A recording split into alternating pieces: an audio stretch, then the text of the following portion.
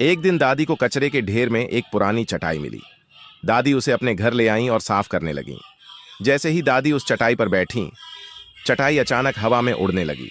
दादी घबरा गईं, लेकिन चटाई उन्हें आसमान में उड़ाकर जंगल के ऊपर से एक पुराने खंडहर तक ले गई। वहां जमीन के नीचे एक जादुई खजाना छुपा हुआ था। उस खजाने में ढेर सारा सोना और हीरे भरे हुए थे।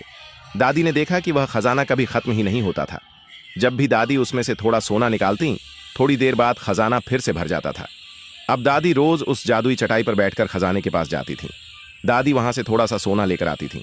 कुछ सोना वह सोनार के पास ले जाकर पैसे ले आती थी। लेकिन दादी लालची नहीं थी। दादी उन पैसों से गांव के गरीब लोगों की मदद करती थी। एक दिन दादी ने एक गरीब गर्भवती औरत को पैसे दिए। फिर दादी मंदिर के बाहर बैठे भिखारियों को भी दान देने लगीं। गांव के लोग दादी की बहुत इज्जत करने लगे।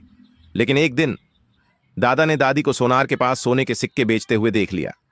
दादा को शक हुआ। दादा चुपचाप दादी का पीछा करने लगे। दादी जादुई चटाई पर बैठकर फिर से उस गुप्त खजाने के पास पहुंची। दादा भी पीछे पीछे वहां पहुंच गए। खजाना देखकर दादा की आंखें चमक उठीं। दादा के मन में लालच आ गया। दादा सोचने लगे, अगर मैं इस खजाने से सोना भर लूं तो मैं भी इसे बेचकर बहुत अमीर बन जाऊंगा। मैं भी राजा बन जाऊंगा। दादा जल्दी जल्दी सोने के सिक्के अपने झोले में भरने लगे। लेकिन जैसे ही दादा ने सिक्के उठाए, एक अजीब चमत्कार हुआ। दादा के झोले में पड़े सारे सोने के सिक्के अचानक सूखी पत्तियों में बदल गए। दादा हैरान रह गए। तभी खजाने से एक आवाज आई, यह खजाना सिर्फ अच्छे दिल वाले लोगों के लिए है, लालची लोगों के लिए नहीं। दादा शर्मिंदा हो गए और दादी समझ गईं कि असली खजाना सोना नहीं, बल्कि अच्छा दिल होता है।